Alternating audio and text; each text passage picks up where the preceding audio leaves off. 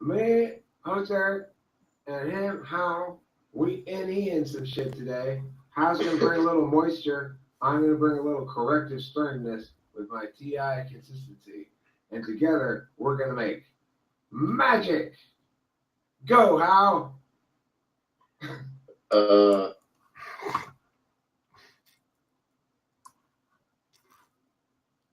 am I doing? Oh, yeah. Now I remember with my member what I couldn't remember for. Whether remembering is fine or remembering for law. These ones seem dumb. Get rid of them. Okay. And this.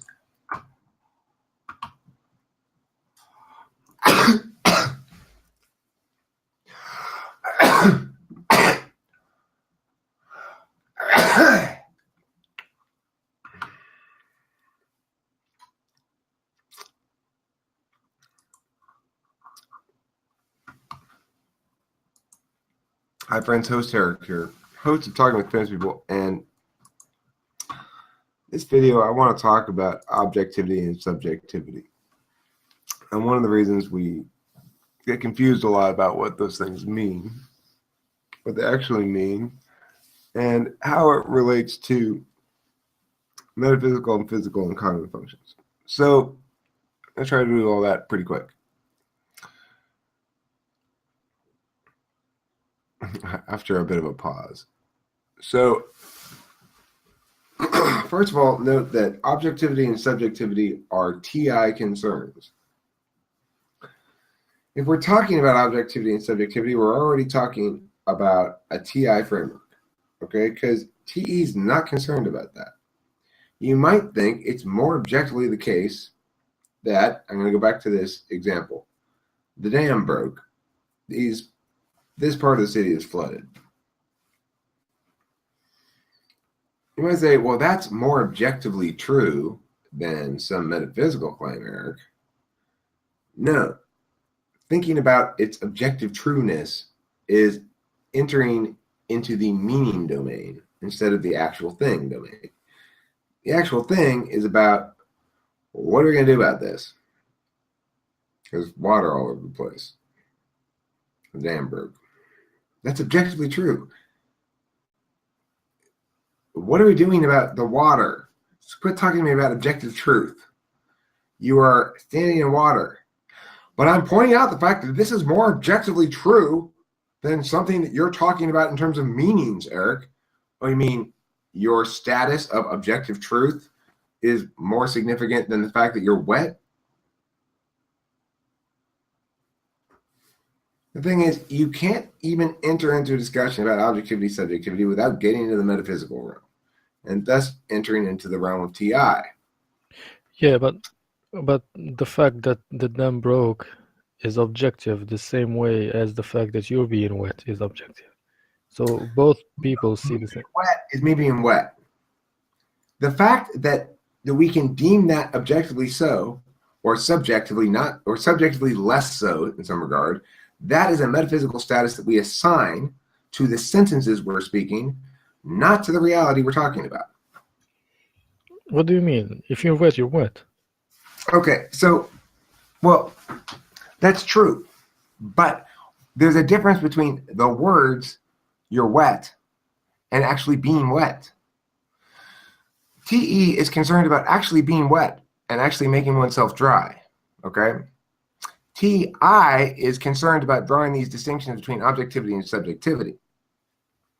Now, the problem is this. When I say something's objective or subjective, what I mean is, as far as TE is concerned, it's not interested in any of those issues. It's interested in getting itself dry. Did you successfully get yourself out of the water and are you dry? Well, that problem solved now. We never even touch the area of objective or subjectivity because we're not talking about the language that we're using. We're talking about the reality. So that's causal, which means it is subjective, which is to say there's no way to detach that experience from the experience itself and still have it be retain any of its physical world reality that you're trying to assign to it, right? You're saying, but it has a physical world reality that a metaphysical thing doesn't. Therefore, it's more objectively so. No. The fact that it has a physical reality, that there is a physical reality that you're talking about, does not mean that what you're saying is about the physical reality itself. It means what you're saying is about you're talking about the physical reality. So, okay, this is how we know TE is subjective and how we know TI is objective. The way is because you were holding these things in dispute, and we are disputing them back and forth. Objectivity and subjectivity are distinctions along the line of TI conditionality shit. So it's like, all right, if something functions as knowledge, it means it's not in any dispute. It's held as axiomatic. If what you're saying also proves that the sun goes around the earth, then something's wrong with what you're talking about, because we can all agree that the earth goes around the sun. Okay? So that's something that would be considered objectively true, because not because of any reality, but because of consensus. There's not any disputing it because everybody agrees. That because everybody agrees is good enough reason for it to be considered axiomatic for a TI framework, because it's an approximative mechanism anyway. What it gains in objectivity, it loses in particularism, right? It loses in the ability to be necessarily applied to a particular case, but it gains in its objectivity as a consequence. Necessarily, objectivity means removing from the individual the choice to feel how one wants to feel about it. It's not like a birthday card you receive. This can make me feel sad if I want. Grandma's getting older, and so it is a nice card, but it still makes me sad. No one's going to be like, that's not logical. Grandma's a good family member, and you should feel happy when she sends you a card. Nobody's going to say that, hopefully. Why not? Well, because introverted feelings is subjective. Now, look, here's the thing. TE will say something along the lines of, well, don't read the cards then, if you don't want to feel sad. And then maybe TE will come up with a good solution, such as, I read all these cards later by myself, and then later they don't read the cards or whatever. That's subjective. It doesn't have to answer to anything but its own self-defined goal and outcome. It doesn't have to be held up to scrutiny for other people.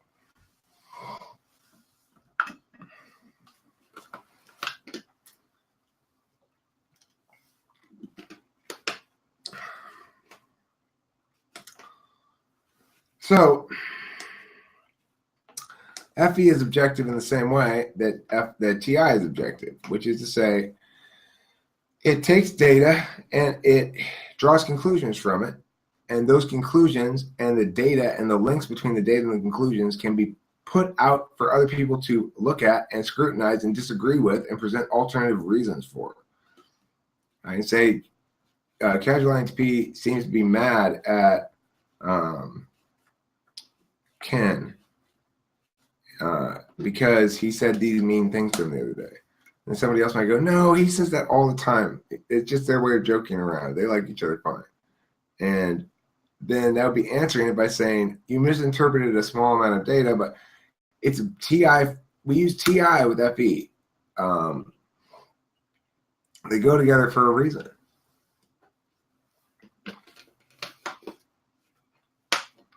Anyway, the thing is, obviously, the reason why they're not necessarily always cooperative with each other is because they value different kinds of outcomes. So those outcomes, the valued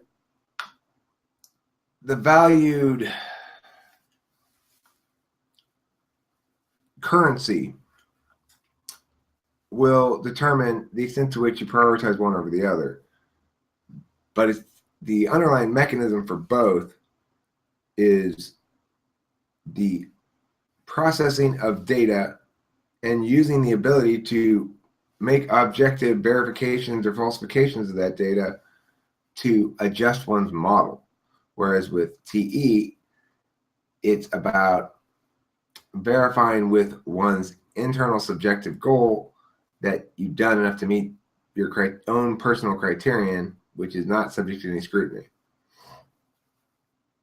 And that's explanation of objectivity, subjectivity. Remember, it is a indication of rhetorical slope in TI.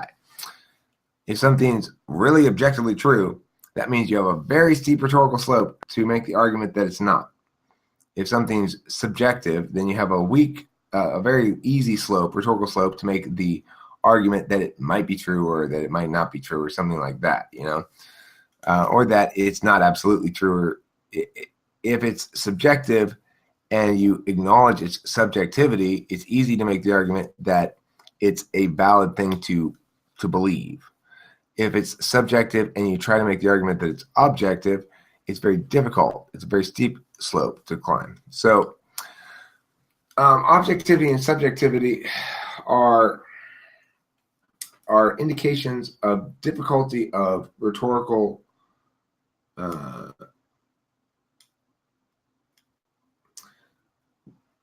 negating, basically.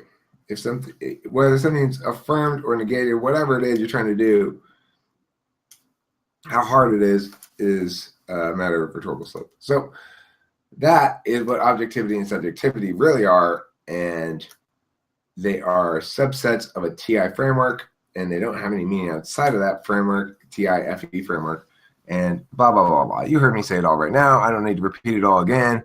Thanks for watching. Don't forget to eat plenty of cheese, and that's objectively necessarily true. This following statement is, if you do forget to eat plenty of cheese, you won't grow up big and strong. Objectively true. No. Did you say no? Yeah. I can grow strong without eating cheese. Oh, you liar. No. You lying liar. Everybody knows it's not possible to grow up big and strong without eating plenty of cheese. Casual INTP. Yeah, I don't Sound like think a so. casual cheese hater to me.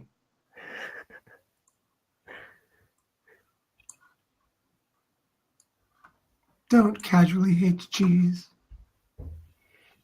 Does that mean what you said before, that my approach to solving that duality problem is a TE approach? What is? And the fact that I'm trying to fix the model so it would fit the duality. That's a TI approach. Because you're evaluating the model not against actual outcomes like, well, I need to use this thing to cut hair and it's not sharp enough. That's a TE kind of a thing, right? But You're saying the outcome is duality. The outcome is matching the ENTP with ISFJ and not with INFJ. okay, but that's your justification. That's not your actual criterion for whether or not your email was successful. It's a combination TI-FE criterion that you're adjudicating it on. How do you know how I judge whether or not that was successful or not? Because I hear you doing it right now. Doing what? These very words you are saying are demonstrating what I am saying to be true. I don't think so. You claimed something But do you have a reason not to think so? Is it because it's not convenient for you or efficient for you to believe so? Is it because it just sort of gets in the way of you accomplishing what you're trying to accomplish, which is concluding the ISFJ? Yep, okay, fine. I made my decision, so I don't need to think about it anymore now. That's good enough for me. I'm going to go with this model. I know which one I'm going with, and that's it. I don't care whether it's right or not anymore. I'm just going to go with it because it's going to work for me. That's all I need to know. Yeah, to judging whether or not that was successful is whether or not the duality in the model would be aligned with Socionics duality. It says it right there at the end. Let me find what it is. Okay, hold on. I'll get back to your document in a second. If your model doesn't say that my dual is the ESFJ, then down the shitter it goes. My model doesn't have an official opinion about duals. It was just speculation that if we were to use this model and try to line up different duals, they would line up like this. It's not about duals. My model is not about duals. That was Yeah, just but a speculative thing that one can do about it. It's about the metaphysical physical split, and whatever additional things line up with that. I'm still trying to figure that out. I don't know. I could be lots of mistakes. It's not like a finished model or anything. But the core thing is that the key distinction be made between metaphysical and physical, and understanding that it's a directionality thing. So it goes either P to M or M to P.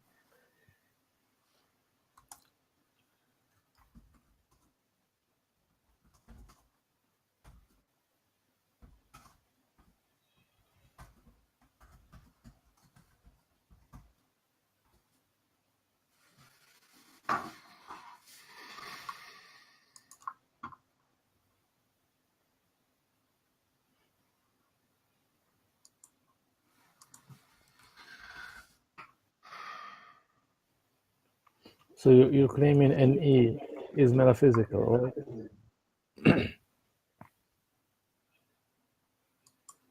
I'm claiming what? NE is metaphysical. Did somebody wait? Hold on a second. Who's been deleting my playlists?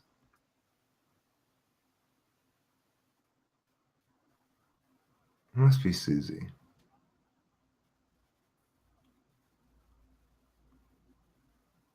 So what should I put this under then?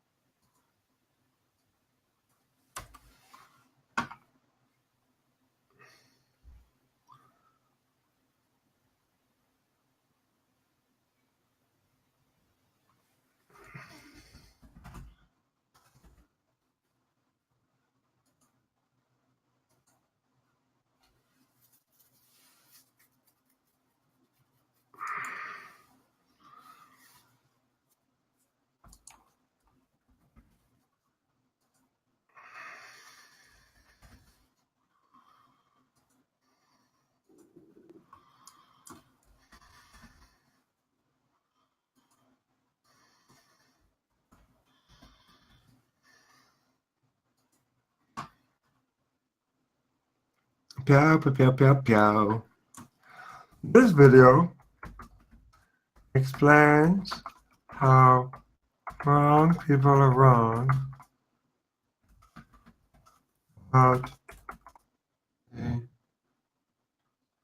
dichotomy about which they wrongly believe themselves not to be wrong.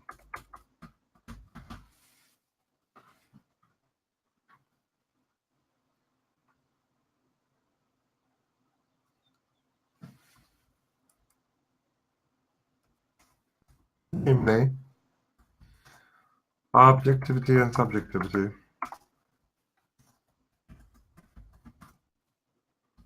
Those old bugaboos.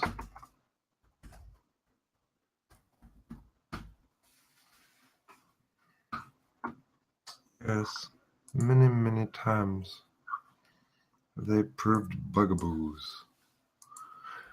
Introverted thinking, you're in the his ass. Cognitive functions. What? PI, motherfuckers. Objectivity. Subjectivity. I joined this one Discord server. Mhm. Sorry, it's echoing. I don't want to talk. What's that now? What you talking about? Hopefully, it won't be echoing. It's Still, Eric. Eric is going echoing, not you. You guys, Anyways. you guys want to hear my joke? Yeah, go ahead. Here's the joke. Hey. I'm about to tell you an exciting joke. Be prepared. Be prepared for hilarity. Okay. Punk ass police want to roll up on me because of my baggy jeans and my clitoral hood. I'm like, dog, them's my private parts. That's racist. Yo, Just laugh.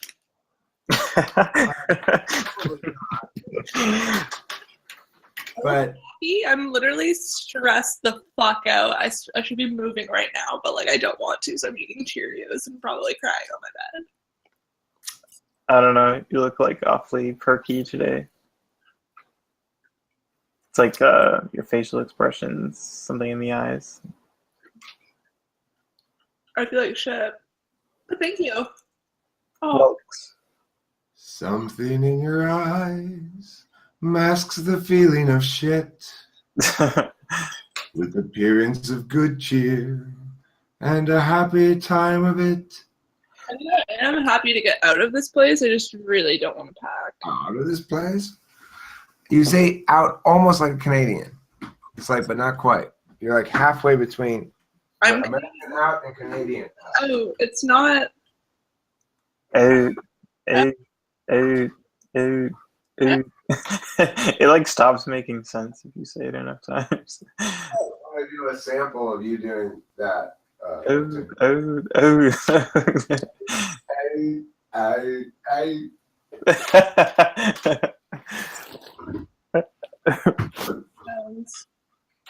Out. Yeah, pronounce it right, stupid Canadian. Pronounce out. Rhymes with shout. Ow! Fucking ow! Ah! Ow! My back. This is what happens when you're old. Yeah, I guess so. I worked hard yesterday. I cleaned the shit out of my room and How old are you, Eric? 46. 46. My dad. Be my dad. Carolyn's my mom. Soon I'm gonna start turning tricks. I'm 46. I'm 46. That's the best age to begin turning tricks, they say, in the prostitution business. You could have had me at 24. That's like a decent age. Super young. I'm happy to be with the same aged person.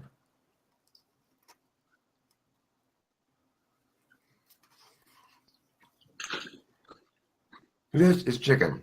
Isn't your daughter like 18 or something? 19. No, 18. Wait. I think she's 18. Where was she born? 98? Yeah, so she's 18. I think. 19. She's September 98. Almost. No, she'll be 19 in September. He seems older when I saw the video recently. Yep. She's sort of like a little bit adultish compared to She's like very non-reactive to everything, it seems. What type is she? ENTP.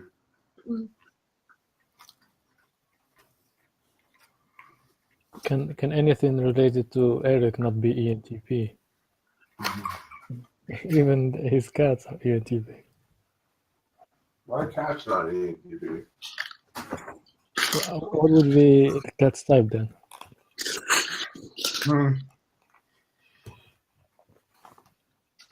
I think this cat might be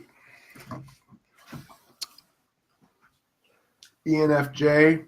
This cat might be it's very extroverted feeling. Might be an extrovert as well. So that makes me think ESFJ or ENFJ. Aren't dogs the one who are dominant FE? I know, normally that's true. This cat, however, you got to remember, was raised from way too young by me by bottle feeding it.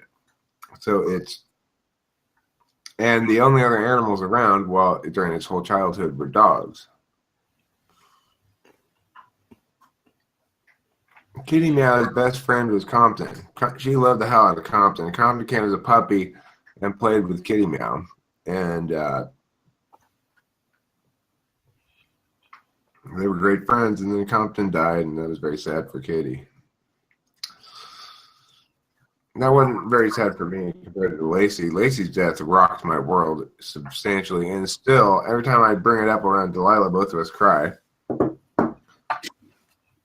Lacey's death was huge, was a shock. Yeah, but how why do people like when someone die, they're like sad? Doesn't make sense. What? Why do you get sad when someone dies? FI, because you value that thing and you feel sad because it's lost. You lost it. But everybody's going to die. The timing doesn't matter, does it? Yeah, it does a lot. No. If you die today, it's the same if you die tomorrow. Okay, but look, you have X amount of years on Earth. How many of them do you spend mourning certain losses? Depends on what kind of losses they are. If Delilah were to die right now in a car crash, I'd never stop mourning that loss. It would color the rest of my life. Whereas if she doesn't die and lives approximately as long as me, at least, then I can avoid that reality entirely. I only have one child, so it's a particularist instance for me. There are certain things that I value and relationships I value and people I value much more highly than others. And it does matter when they die. I don't think so. Well, you're a sociopath. But look, No, maybe, I don't know. all right, how about this, Casual? Let me ask you this. Let's say you had right now in your hands Yeah. $100 million. Yeah. Now, would it matter if you exhausted that resource one way or another at the end of your life, or if you exhausted it a week after getting it? Would it matter? I don't think so. But it would be different, right? You'd have a different life one way or the other, correct? Yeah. Okay. Depends. It could be the same. Depends. It could be the same. I can exhaust it right now by giving it all, for example, to charity and live at the same amount of money I always do.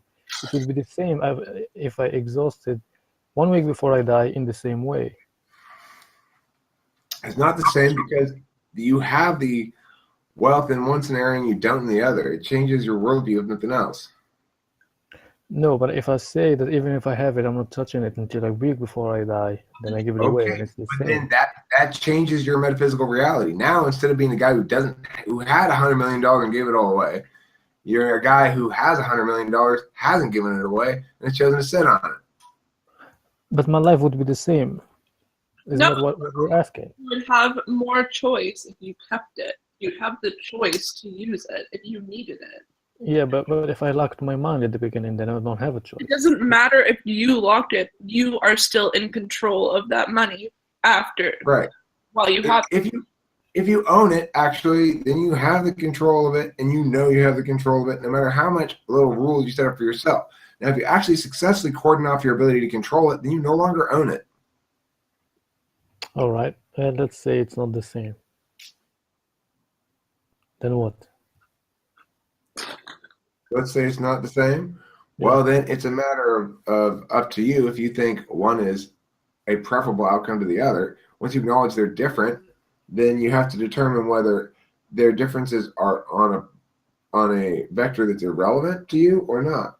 So the thing is, you might say it's irrelevant to me in terms of making choices as to what to do, but you can't then also claim it's irrelevant in terms of its impact on you. You might not choose to consider getting cancer risk as a reason to smoke or not smoke. I don't choose to consider that something that I think about. But it doesn't change the fact that if I get cancer, I'll have cancer. You Yeah, know? so what? Yeah, I know. So the point is, it's possible to say that one is better than the other choice because, number one, you are actually a human being with preferences, not a person who can, via the magic of nihilism, make one's own identity disappear. And number two, you are happier, as a general rule, if you get what you prefer over what you actively don't prefer. I don't know I don't understand what you're saying nor where you're going with this. I can't understand you if I don't know where you're going with it.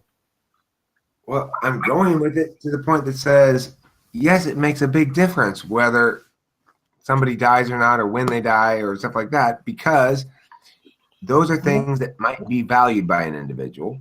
And when Yeah, an I'm not individual saying that. values something, his relationship to that thing matters to him.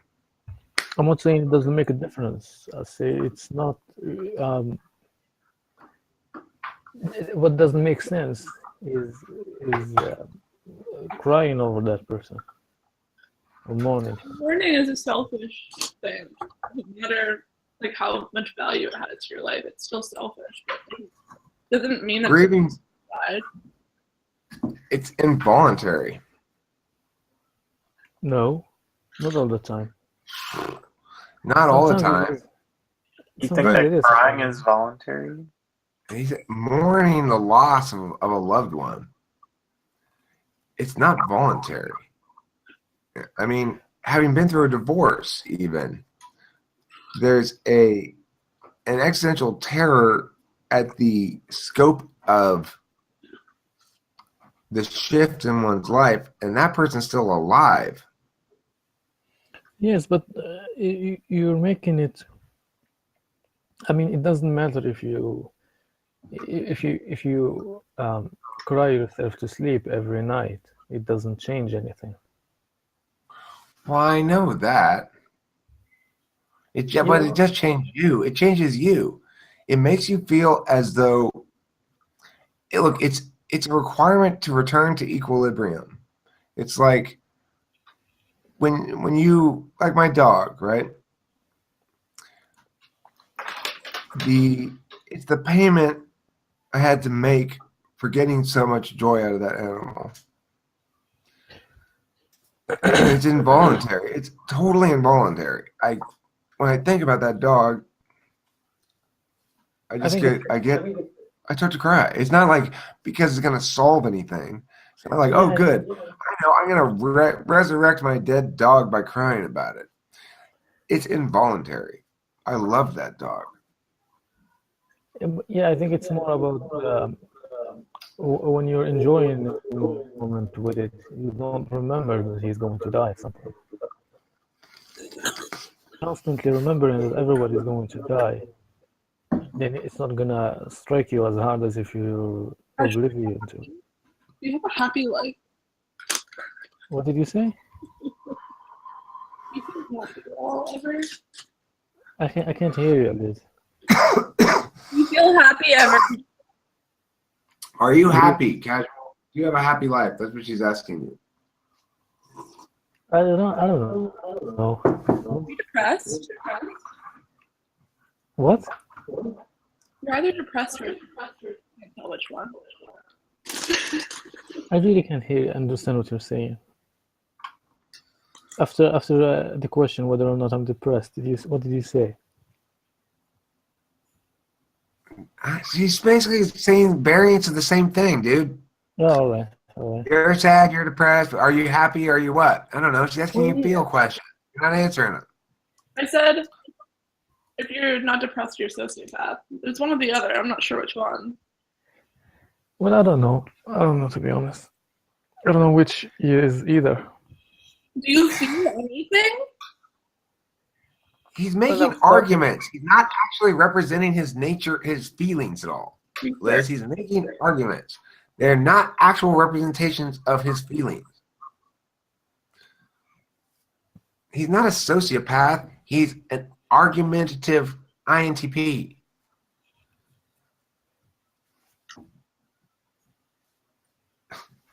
Do you ever stomp on puppies, casual INTP, for fun? No. He said that he eats lemons after he brushes his teeth. Well, that's pretty sociopathic. Right, though? That's bullshit, dude. There's no way you should be doing that shit. You don't eat lemons after you brush your teeth. God. Okay, Liz, you were right. He is a sociopath. No, I don't think so. I don't. If enjoying if Like a nice stuff in not lemon. Lemon is that's I don't know. That's normal. It's puppy too sour. question, yeah, but it does it it makes you tougher or Mom something? always said, casual, don't trust anybody who likes sour stuff. I love sour stuff.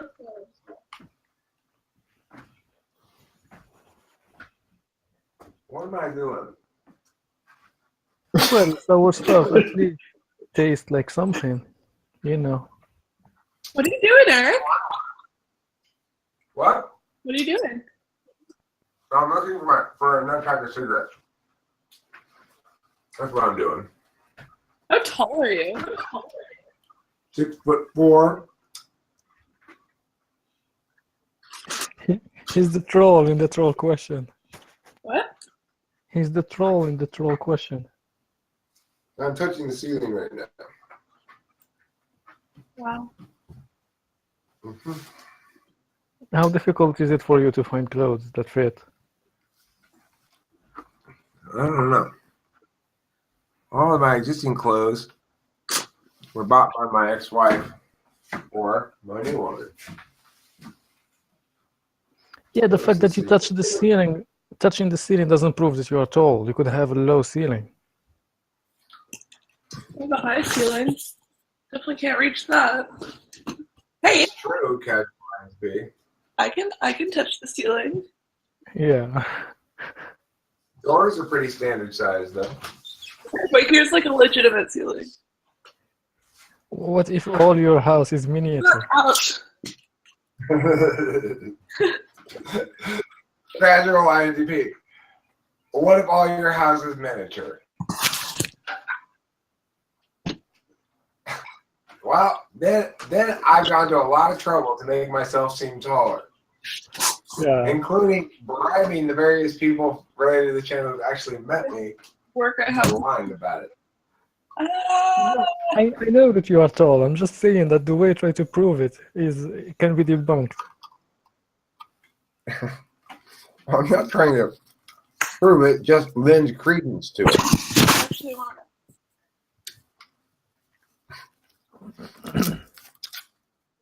It's sad that I'm leaving this apartment. Okay, guys, Nice. there's a place between complete bullshit and proof.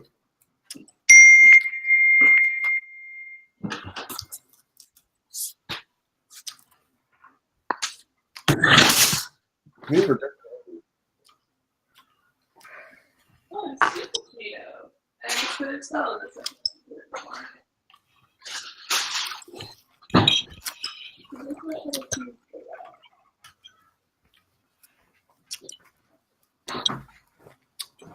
all right, cigarette.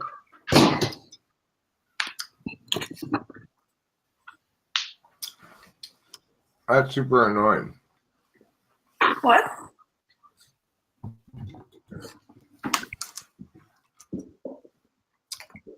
And that's super annoying. But I do have the key to your heart. It's a good title for a country song. I don't have any smokes, and that's super annoying, but I do have the key to your heart. Wow. Beautiful.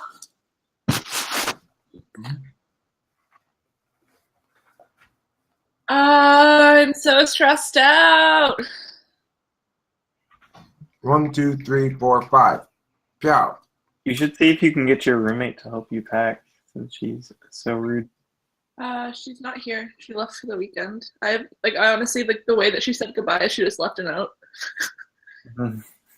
Yo, rudeness. Pack my shit, bitch. Maybe I'll just leave some gross shit somewhere. You start vaping, Eric? Well, Vape nice. when I run out of cigarettes like now, I'm not quite ready to go to the store because I have to leave here in maybe an hour anyway, so we'll just wait it out. You should drop a deuce on a pillow. I don't know how they got there. Liz, there was a big human poo on my pillow when I came home. Do you know anything about that? No?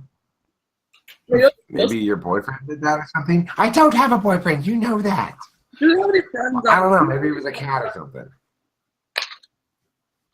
What? She doesn't have any friends either. What's her type? You can always say a transient must have entered the house, pooped on your pillow, and left. That's the only thing you can explain. She's The some only way to possibly explain it. She's either LSI, SLI, or LSE. I don't think she's an SLE. Well, be nice to her if she doesn't have any friends, though. Why? That's sad. Literally, it's her fault she doesn't have friends. She's a piece of shit. Hey, nobody wants to be friendless, and nobody wants to be perceived like that. So, obviously, she's got some problem of some sort. Try to be compassionate. Really prepared her for that. Everybody keeps asking me that shit. It's not your responsibility. It's an option among others. Better to choose the better option, provided it's not too much of a hassle. She asked me to move out. If it is, Well, Eric is saying asked you to feel move bad out. for her, but don't do anything about it. well, I mean, What do you mean she asked you to? I understand when I'm dealing with the piece of shit person, I have the same reaction. I'm like, fuck this person, they're a piece of shit. I don't want to hear anything like nice. Don't anybody tell me to pull any punches. But then when other people are having their own battles, I'm like, now, let's be peaceful. I actually feel the same way. But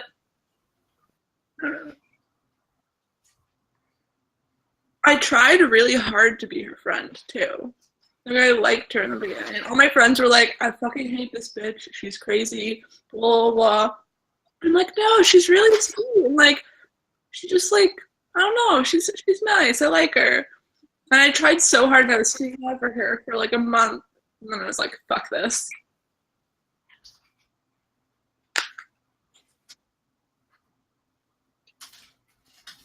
Well, Liz, let me tell you something. You're never going to get anywhere in life sitting around eating apples. Well, I'm eating breakfast, so. That was a personal attack, Eric. What's that, Neptune? I said that was a personal attack. Yeah. He's like, what? Yeah, it was. Sitting there eating apples.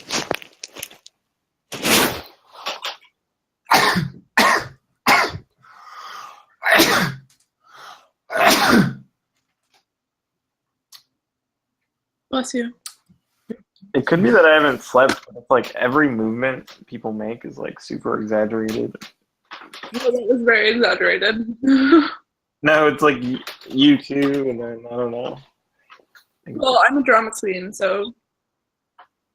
I mean, not like you guys are being dramatic. It's like, I don't know. I'm just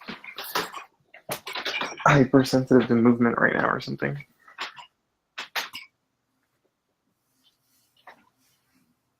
Meow.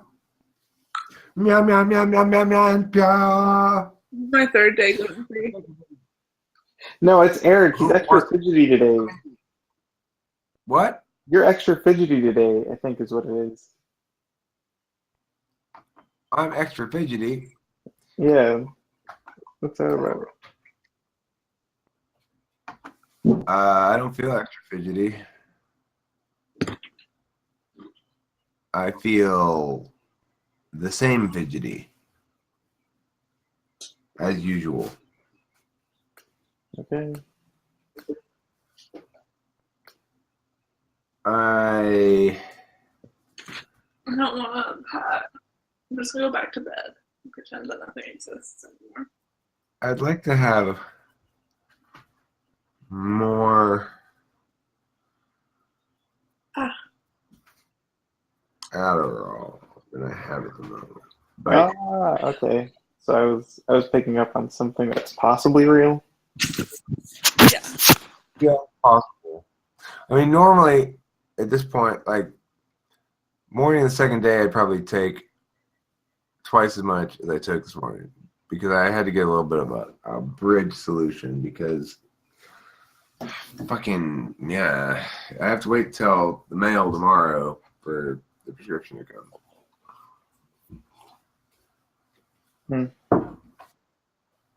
So, anyway, obviously, not cool, not fun, but I have adequate in me right now that I should be fine for the rest of today. And then tomorrow I'll probably be a little bit lazy. I'm currently making a video. I'm going to stop this one and let's make another video.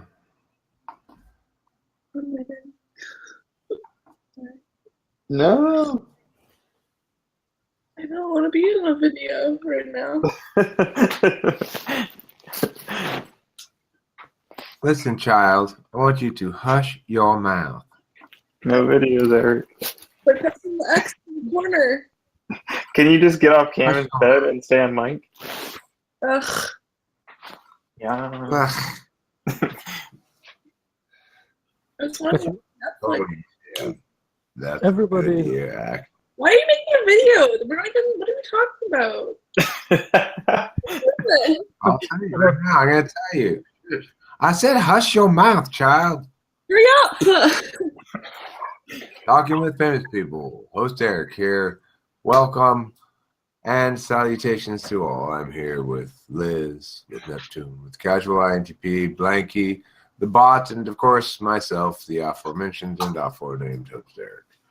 Today I'd like to talk about differentiations in personality over the course of a time cycle rather than over the course of a lifetime, something like that.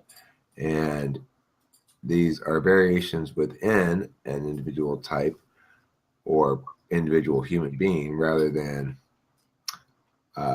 representative of a type necessarily. For me, it's quite pronounced. Obviously, I have a cycle of personality that relates to my consumption of prescription amphetamines. The cycle, well, Kimberly honed in on it right away when the speed kicked in and I was feeling fine, that I was a lot more emotionally detached than I had been previously. Previously, I was feeling a lot of emotion, and that after I wasn't feeling a lot of emotion. Well, that's true, but as I explained to her, and I will explain now as well as briefly, which is simply that I don't make determinations on that kind of plane of existence, the relationship plane, based on my feelings at all. So they don't matter, frankly, in terms of what I'm going to do, in terms of predicting my behavior, in terms of how I'm going to act. I'm going to act the same, whether I'm more or less detached. I'll say the same things. You might be able to tell the difference, but I'll still go through the motions of being nice and everything. And I'll still have periods of time where I am genuinely feeling stronger emotions, and sometimes I'm feeling less strong. At the beginning of a cycle, I'm like, okay, well, it's time get down to business. I got shit to do. I got shit to do. So, you know, I don't have time for moisture. And then later in the cycle, it's like, oh, I feel sad. I need moisture. And then, you know, it just kind of goes round and round and round. So for me, this cycle is monthly approximately, and just part of life. Being with Eric means being with that whole cycle on a repetitious basis. Now, one thing I've attempted to do is kind of make the starkness of the difference as least stark as possible. But that's just one way in which I change over the course of a cycle of time, is emotionally, in addition to productively, and preference of activity, like how much am I eating and sleeping and stuff. There's lots of different things. The point being, if you are somebody who goes through a cycle of variations of the self, that can confuse type stuff, because type stuff looks at sort of a static average of your being and your approaches to things. But if you are like me, your approaches to things are not static at all. I would say that right now they're much more TIFE. Later on in the cycle, they get a little bit more NE involved, because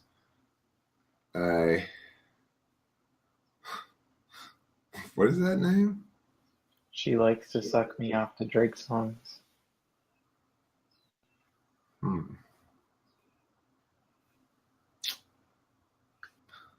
Well, she sounds like a keeper.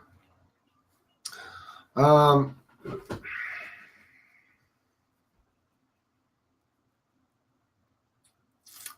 notwithstanding, what I was just saying is, some periods of the month I'm more NE heavy, some periods of the month I'm FI heavy, and those parts of time are always weird, you know. I draw nonsense conclusions about stuff that is motivated entirely by emotion. I'm subject to jealousy and stuff like that. So, but there's lots of good emotions too. And it's a pleasant place to visit once a month for a couple of days, you know? You don't want to spend too much time in Moisture Town. I mean, you don't make good decisions in Moisture Town as a general rule, unless they coincide with decisions that have been well parsed out outside in the dry deserts of the Southwest, amid the cacti, the coyotes, and the tumbleweeds, of course. Mustn't forget about the tumbleweeds. As I was saying, yeah. Right. So if you're thinking to yourself, but I do all these different things, understanding your own type can be a challenge, and I would suggest that what you do in order to process that is try to look at what framework is common throughout. For me, the common framework throughout is TI. It's when I'm being moist and making statements and or decisions and or justifications and or arguments out of moisture, then TI the whole time is going, Eric, that doesn't make any sense. Why are you saying that? Why are you thinking this? This doesn't make any sense. And then I go, it's moisture again. It is. I can tell. Yeah, but, says the moisture, and it often wins, because Eric can be very stupid when moisture gets moist. But the nice thing is, if you are a person who's accustomed to making bad decisions because of emotions, then you don't make decisions based on emotions so much anymore, and gradually learn to make decisions based on logic and other things like that. And those are much more reliable. So anyway, then moisture time is spent doing what moisture time is for, like being moist and going like, oh, and going like, right, because you're really comfortable and all that kind of stuff. Anyway, think to yourself, what's your overall framework that you keep coming back to? Is it, yeah, but I feel like this way about it. Yeah, but I really know how I feel about it. It's not, what you're saying is great and everything, and this makes sense, but what I really feel is blah, blah, blah. Are you that? Then you're FI, right? Are you, like, it's too much, you're thinking about this too much. TE, when you put a handle on the shit and get it done. Are you like that guy? You know, you have to think, what is your core framework? Which of those kind of sentences do you most agree with? And you can start to narrow down your type, because you'll find it's consistent across the variations of display, like my TI is. And that's probably going to be your tool function, is when you determine what kind of core sentence you represent. Anyhow, we should do another video on core sentences. Core sentence representing each cognitive function. Something like that. Pow, pow, pow. A peek, peek, peek, peek, peek, chow. Anybody got any words to say before I stop the video today? What do you say, Neptune? Do you have some words of wisdom to share with us? No. He wants to type, but Eric doesn't want to read. Guys, I got a confession. I never learned to read. Bah, bah, bah, bah, bah, bah. Bah, bah, bah, bah, bah. Oh my gosh, Eric's illiterate. It's true. I am. I never learned to read. Just goes to show you, just because you never learned to read doesn't mean you're an idiot, right? I can sound pretty smart. Thanks for watching Talking with Famous People. Stop reducing the illiterate to some sort of status of intellectual inferior. Nobody likes that. Nobody appreciates that. It's not cool.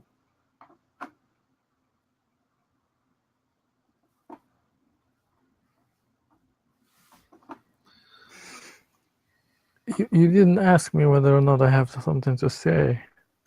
You should just jump in, casual. Sorry, my bad. I'm just kidding. I didn't have anything to say.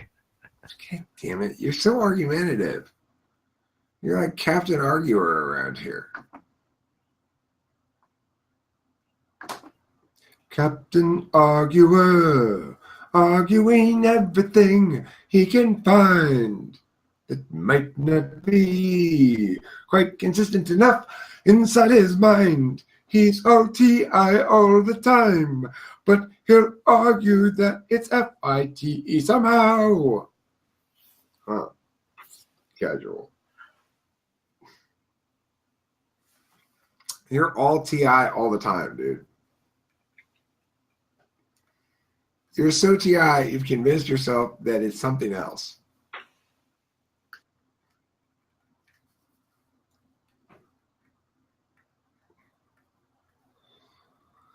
How is it even possible to do that? I don't know. It's just a claim I'm making for fun. Sounds cool. I'm like, you're all TI, dude. You need to knock that shit off. You better get that weak ass TI out my NE, motherfucker. And I'm like, that'll sound cool. And he'll think I'm tough. And it totally worked. It did sound cool. And you do think I'm tough.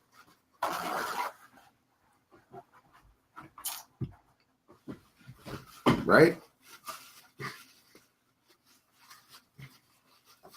Right. Well, Silence equals. no, man, those don't count, man. The things people say, like silence is like positive answers or something like that. It's really annoying, man. Silence equals assent. Well, I mean, because at a certain point, if I give you an opportunity to answer and you refuse to answer something, then you're gonna. That means you agree with it. Not necessarily. Sometimes I just avoid to answer. So later I say, hey, I didn't say I would do that. I mean, you agree for the sake of argument, I guess you should say. Because otherwise, you could just be silent to bring any deliberation to a grinding halt. You just require one to be silent.